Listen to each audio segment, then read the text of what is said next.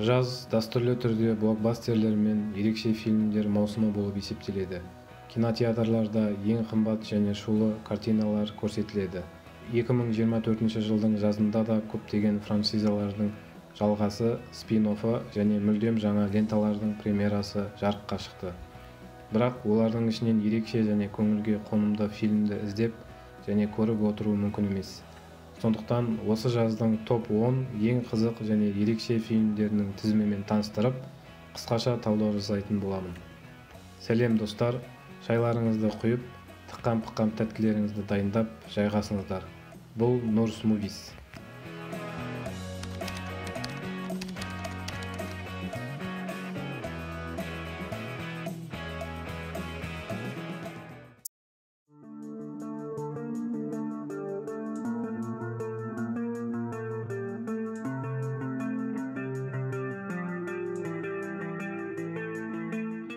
Оныншы орында. Тыныш жер, бірінші күн. Джон Красинскийдің әңгімесіне негізделіп, Джефф Николстың сценарийі бойынша режиссер Майкл Сарноскийдің американдық апокалиптикалық қорқынышты фильмі. Тыныш жер киносының приквелі және спин-оффы.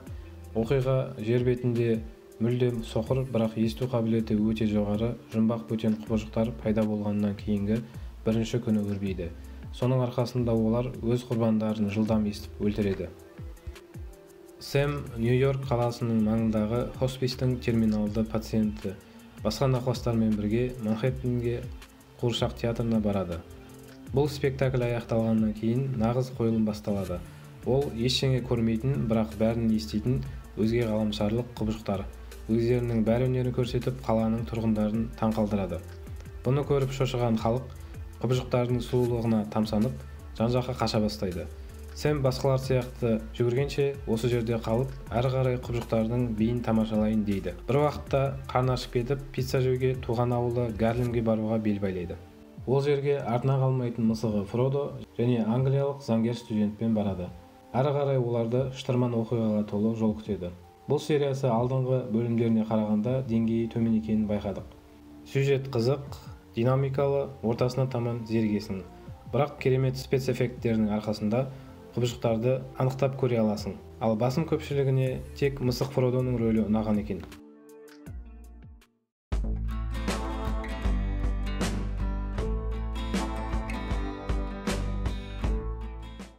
Тоғызыншы орында. Құйын 2. Режиссер Ли Айзек Чунның американдық апат фильмі. 1996 жылғы Құйын фильмінің жалғасы. Басты рөлде Дейзи Эдгар Джонс және Глен Пауэлл. Кейт Картер Нью-Йорктың метрология факультетінің студенті. Бір күні ол Оклахома штатындағы дауылды болжаудың жаңа тәсілін тауып, сынағысы келіп жүрген Джарвиспен кездеседі. Осы ауылда олар торнадоға қызығатын және өзін торнадоның шабандозы санайтын Тейлор Оуэнспен кездеседі. Және ол урагандарға аңшылық жасап, қауіпті табиғи құбылыстардың ортасына түсіп, YouTube'тың гүлі болғысы келеді. Фильмді көбісі бірінші сериясымен салыстырады, бірақ спецэффекттері ауыз толтырып айтарлықтай көрнекі орындалған. Ал сюжетінің деңгейі төмендеу дейді. Бұл лентада ұшатын тракторлар мен сиыр болмаса да, қашып бара жатқан торнадо, қуып бара жатқан адамдар бар. Және осылай аңма-кезек ауысып отырады. Бұл кино апатты экшенге қызығатындарға ұнайды.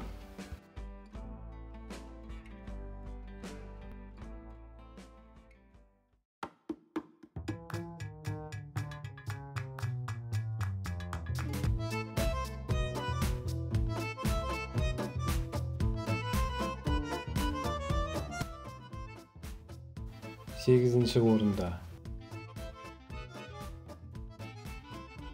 Париж дәмі.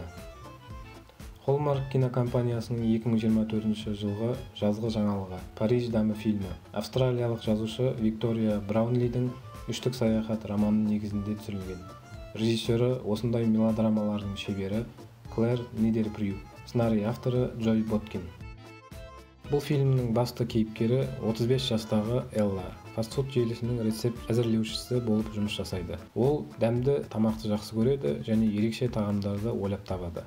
бірақ оның ойлап тапқан тамағы ойдағыдай болмайды. Көптен күткен жұмыстағы жоғарылау болмағаннан кейін көңіл күйі түседі. Үнемі университет бітіргеннен кейінгі Парижге барған уақытын есіне түсіріп және шабыттанып, енді бармасам қашан барамын деп жиналыстың үстінде күтпеген жерден жоспарланбаған сапарын бастайды. Ол жерде гүлдер мен ірімшікке тойып қайтады. Менің ойымша, Холмарктың соңғы уақыттағы ең сәтті мелодрамаларының бірі болды. Жағымды, қызықты кейіпкерлер де бар, және олардың әрқайсысы өзінше ашыла алды. Мұндағы қосалқы кейіпкерлер де жарқын және есте қаларлықтай болып шықты. Өйткені Элланың өмірінде әркім өз рөлін ойнады. Екі қызығы бұл фильмді Болгарияда түсіріпті. Онда картинаның атын «Вкус болгарского перца» деп қою керек еді. Негізінде Париждің Эйфельдің көріністері бар, бірақ видеомонтажға ұқсайды. Дегенмен жеңіл, қызық, жазғы атмосфераға толы көңіл күй сыйлайды және актерлік шеберлікке мән беретіндерге ұнайды.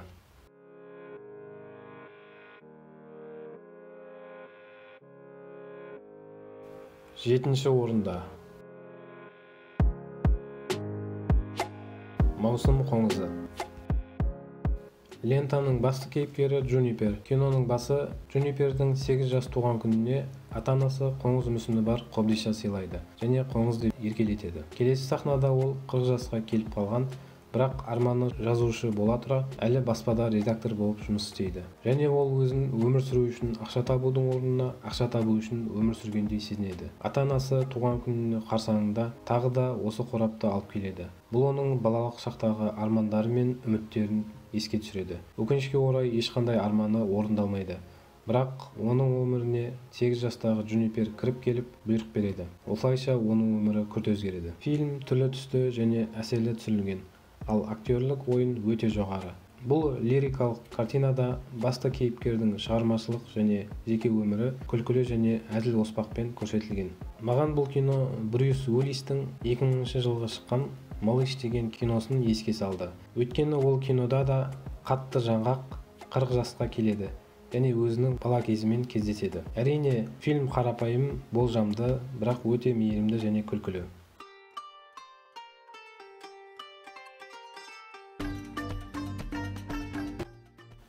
Алтыншы орын. Арандатушылар. Американдық режиссер Даг Лайманның 2024 жылғы көркем фильмі. Басты рөлде Мэтт Деймон және Кейси Аффлек. Қылмыстық топтың бастығы Бостон әкімінің сейфінде көп ақша бар екенін естіп алып, маған да көп мани керек деп қиғылық салады. Сосын ол парақор әкімді тонау үшін жолы болмайтын екі лузерді жалдайды. Өздеріңіз түсінгендей, ол екі лузерді Мәкең және Кәкең ойнайды.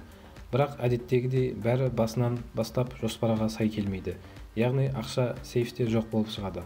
Сөйтіп екеуі бастары салбырап қайтып бара жатқанда, Мәкеңнің алименті мен ипотекасы есіне түсіп, банк тонайық дейтін идеялар кетеді. Олардың артынан полиция және гангстерлер қуып жүргенімен мүлдем шаруасы жоқ. Көп көрермен бұл лентаны 11 друзей Оушена киносына сілтеме ретінде басталады дейді. Себебі қылмыстық топтың дәу бастықтары ұсақ ұрыларды жинап жұмысқа салады. Ал басқалары Мистер и Миссис Смит және Идентификация Борна сияқты киноларды жасаған режиссер Даг Лайман шығармашылық дағдарысқа ұшыраған ба дейді. Өйткені кино бір жағынан баяу өрбиді, ал экшн және динамикалық сахналары аз. Мүмкін Кейси Аффлектің сценарист ретіндегі бастамасы болғасын ба екен, немесе оған өзінің талантын ашуға мүмкіндік бермеді ме екен, әйтеуір бір нәрсе жетіспеді. Әйтсе де оқиғаның негізгі қозғаушы күші көп сөйлейтін қалжыңбас Кейси Аффлек. Киноның кез келген сәтінде жай әңгімені дауға айналдырады, ал ұсақ келіспеушіліктер хаосқа айналады. Осыны қарау қызық болды. Себебі актерлер ескі достар және осының әсерінен болса керек, Кейсидің Мэтке әзілдеуі және Мэттің мұзбақпай қарап тұруы екі есе күлкілі болды. Мәкең ипотекасын төлеуге ақша тапты ма, жоқ па, оны осы кинодан көре аласыздар.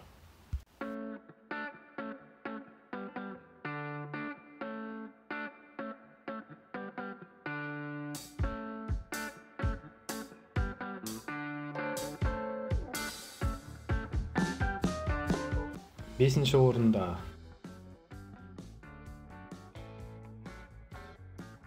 Гарольд және күлгін бор. 2024 жылғы Карлос Салдания түсірген американдық фильм. Негізінде бұл кино Крокет Джонсонның балаларға арналған Гарольд және күлгін бор кітабына негізделіп түсірген. Фильмде Шазамда ойнаған Закари Левай Зои Дешанель, Лили Рейл Хаури және Рави Патель ойнады. Гарольд кітапта салынған сурет, және ол сол кітапта өмір сүреді. Онда ол сиқырлы күлгін бормен кез келген нәрсені, тіпті үлкен әлемді сала алады. Және де ол өзін салған адаммен сөйлесіп жүреді. Ол адам шын өмірдегі үлкен кісі. Бір күні ол кісі Гарольдпен сөйлеспей қояды. Гарольдтың уайымдаған екен, әлде ішіп пысты екен, әйтеуір өзінің сиқырлы борымен есік салып, тұтқасын ұстап ашып, шынайы әлемге кіріп кетеді. Осылай ол екі өлшемді әлемді тастап, үш өлшемді шынайы өмірге бұлан және жайра достарымен шығып, бейтаныс әлемді көбірек білгісі келіп, жаңа нәрселерді үйренгісі келеді. Бұл қызықты сапарда оған сиқырлы бор көмектеседі. Өте қарапайым, бірақ жанға жайлы, отбасылық және сиқырлы фильм.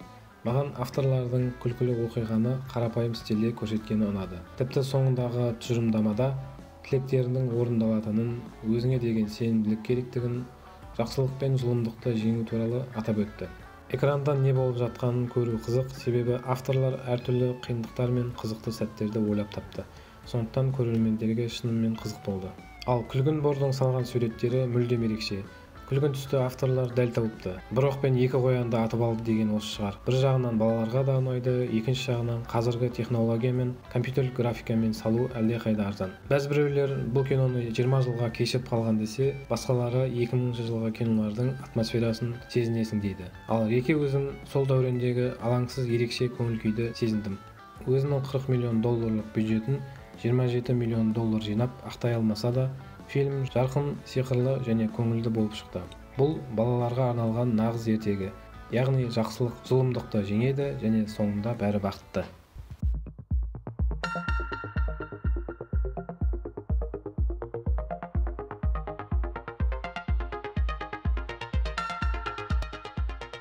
Төртінші орында Беверли Хиллз полицейі Аксель Фоули. 2024 жылғы режиссер Марк Моллойдың комедиялық экшн фильмі. Басты рөлде Эдди Мерфи және Джадж Рейнхольд. Және бұл сериясында актерлік құрамға Джозеф Гордон-Левитт және Кевин Бейкон қосылды. Аксель Фоули қызы Джейннің өміріне қауіп төнгеннен кейін Беверли Хиллзге оралады. Аксель екеуі, оның жігіті және ескі достары Джон Таггерт және Билли Роузвудпен бірігіп қылмыстың бетін ашады. Біле білсеңіздер, Мәкеңнің қызы Брия осы фильмде полицей болып ойнады. Қыз баласы әкесіне жұлдыз, шешесіне құндыз деген осы шығар. Онда алдағы актрисалық мансабында бұдан да жоғары рөлдер көп болады деп үміттенеміз. Фильмнің бірінші секундынан олдскулды киноның вайбына кіресің, және 80-90 жылғы полицей туралы экшн фильмдерге ностальгия сезім болады. Бұл төртінші сериясы бірінші сериясынан 40 жыл, ал үшінші сериясынан кейін 30 жылдан кейін шығып отыр. Бірақ осы сериясы бірінші және екінші сериясындағы ең жақсы жерлерін алып, керемет болып шыққан. Киноны қарап отырсаң, Эдди Мерфи мүлдем қартаймаған сияқты. Ал негізінде ол 63-ге келді. Мәкең өзінің стилінде фирменный әзілдермен күлкіге қарық қылды. Тағы бір плюсы ерекше саундтрек, яғни композиторы «Миссия невыполнима» және «Плохие парни навсегда» киноларына ән жазған шотландиялық композитор Лорен Балф. 80-ші жылдағы музыканы осы заманға сай әдемі үйлестіріп, сол дәуренді еске салды. Ал Беверли Хиллздің табиғатының сұлулығына сөз жетпейді. Осыған қоса, күннің бату сәтіндегі ерекше қызғылт түске боялатын пальмалардың арасында үсті ашық көлікпен кетіп бара жатқан жерлері тіпті керемет.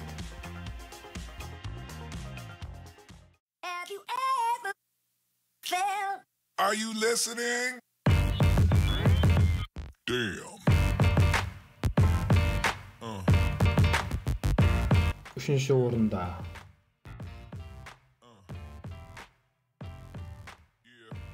Нашар жігіттер соңына дейін. Режиссерлер Адил Эль-Арби мен Билал Фалдың комедиялық экшн фильмі. Нашар жігіттер бірінші және екінші бөлімдерінің жалғасы. Майамиден келген екі полицей қартайған жасына қарамастан қалада жоғары жылдамдықпен көлік айдап, қылмыскерлердің рухын түсіреді. Кенеттен Маркус мұндай нәрселер үшін тым қартайғанын және семіріп кеткенін айтады. Осыған байланысты ол зейнетке шығуға бел байлайды. Әрине, оның детектив серіктесі Майк Лоури келіспейді. Сол мезетте кезекті мексикалық картель пайда болады. Ал екі пенсионер олардың бәрін қарады. Техникалық тұрғыда өте сапалы жасалған. Шырынды картина, керемет дыбыс және арнайы эффекттер көркем орындалған. Және Смит пен Лоуренстің дуэтіне көп жылдардан кейін қарау өте қызық болды. Әртістер бұл киноға шын жүрекпен және кәсіпқойлықпен қарағаны көрініп тұр. Екінші жағынан сценаристер мен режиссерлар мүмкін емес нәрсені жасады. Олар баяғы ескі серияның вайбын біздің заманға алып келгендей болды. Себебі бұл фильмде алдыңғы бөлімдегі ұқсас түсірілімнің ретро ракурстары да және әзілдері де болды. Ал бұдан бөлек динамикалық қызықты сюжет, көп әрекеттер, атыс және тамаша актерлік ойын бар. Ең бастысы ерекше және күлкілі қалжыңдардың көптігі қуантты. Әрине ол жағын Сәкең мен Ләкең сүйреп алып шықты. Соның арқасында бұл бөлімде жалыны мен жарығын жоғалтпады.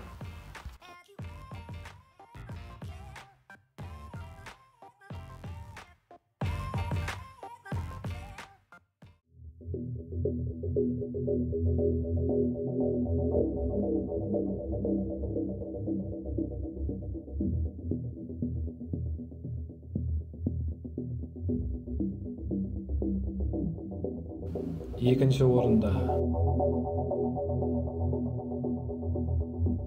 Бөтен, Ромул. Режиссер Феде Альварестің американдық ғылыми фантастикалық қорқынышты фильмі.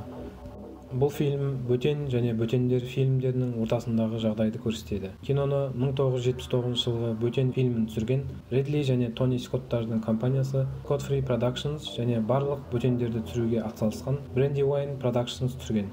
Басты рөлдерде Кейли Спейни және Дэвид Джонсон Фрей. Қараусыз қалған ғарыш станциясын зерттеп жүрген отарлаушылар тобы әлемдегі ең қорқынышты тіршілік формасына тап болады. Және ол жерден аман құтылып шығу керек. Лентаны Бөтен фильмдерінің канонына жатқыза аламыз, мықты sci-fi киноға жетпейді. Себебі сюжеттің кей жерлерін және бұрылыстан не күтіп тұрғанын білеміз. Дегенмен режиссер бірнеше жаңа идеяларды енгізе алды. Бұл толыққанды космохоррордың элементтерін сақтаған және экшн сахналары күшті жинақталған фантастикалық триллер. Қазір 2024 жылы ойыншыққа ұқсаған зұлымдар мен таусылмайтын комикстерден кейін бұл фильм ерекше әсер етеді.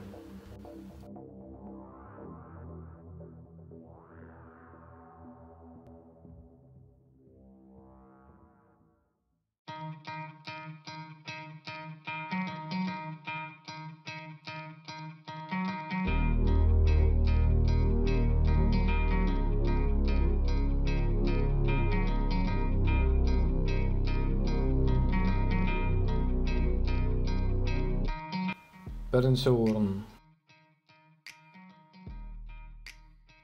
Өлі бассейн және құну. Marvel Comics компаниясының Дэдпул және Росомаха комикстері негізінде түсірілген 2024 жылғы американдық толықметражды көркем суперқаһарманды қара комедия фильмі. Уэйд Уилсон уақытша өзгерістерді басқару ұйымына кіреді. Бұл оған Дэдпул болып Росомахамен бірігіп әлемді құтқаруға мәжбүр етеді. Дэдпул және құну фильмінің толық шолуын менің арнамнан көре аласыздар. Фильм өзінің франшизасының логикасына және осында тоғылған ғаламдардың заңдарына пысқыра салды. Себебі барлық сәйкессіздіктерді, қисынсыздықтарды және сюжеттің саңылауларын тізбелеп қағып шығу мүмкін емес. Өйткені шегеңіз таусылып қалады. Кейде тіпті сандыраққа айналады. Бірақ егер сіз бұндай фильмдердің фанаты болсаңыз, сізге ұнайды. Бұл картина фан-сервис бойынша алғашқы бестікте тұр. Ал сілтемелер мен камеолар одан да көп. Алайда фан-сервисті алып тастасаңыз да, лентада күлкілі әзілдер және бір кадрмен түсірген экшн төбелестері өте әдемі. Қалжыңбас Рейнольдс пен пәрменді Джекман осы жаздың ең мықты және табысты дуэті болды. Бұл Диснейдің алғаш рет өз тарихында R-рейтингті фильм түсіруге батылы барып қассаға қарық болған лентасы. Осының арқасында әрі қарай Marvel R деген сегмент ашылуы мүмкін дейді. Оны алда білетін боламыз. Фильмде логика және драматургия көрінбей қалуы мүмкін, бірақ тәтті дәмі бар, хаос пен әзілге толы кино.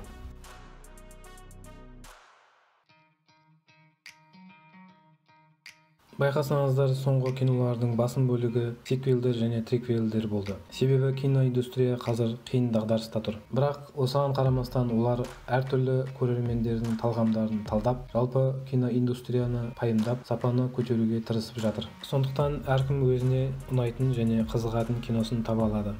Осымен видео аяғына жақындады. Соңына дейін көргендеріңізге рахмет. Егер бұл топ ұнаған болса, арнаға жазылып лайк басуды ұмытпаңыздар.